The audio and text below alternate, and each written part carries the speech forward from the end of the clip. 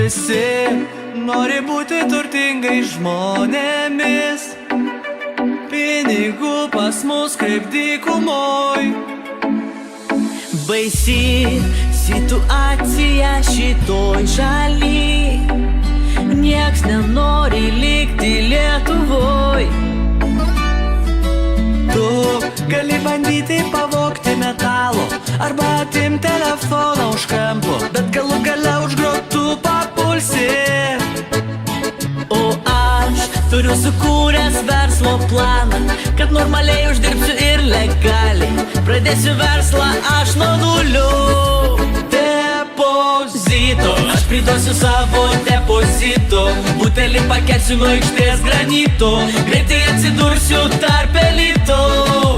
Depozito, būsiu baronas depozito, ištrūksiu iš vargo labirinto, nepajusiu euro deficito.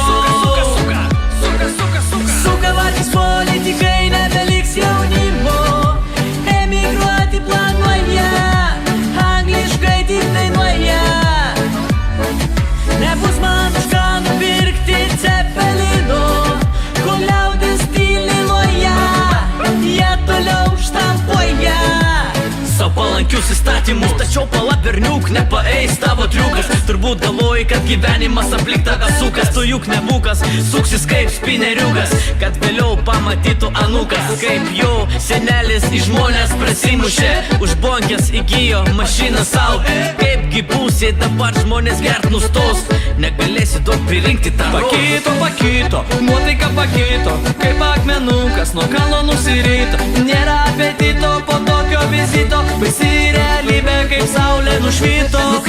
Nukrito, kaip meteoritos, skeveldra į žemę, radikulito. Pajaučiu skausmą, likimas kredito, nereikia man kvito, geriau buvo prie lyto.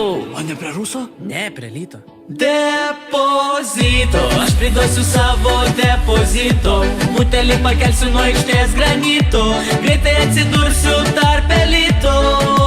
Depozito, gersiu ne vandenį, o mojito, ištrūksiu iš vargo labirinto, nepajusiu euro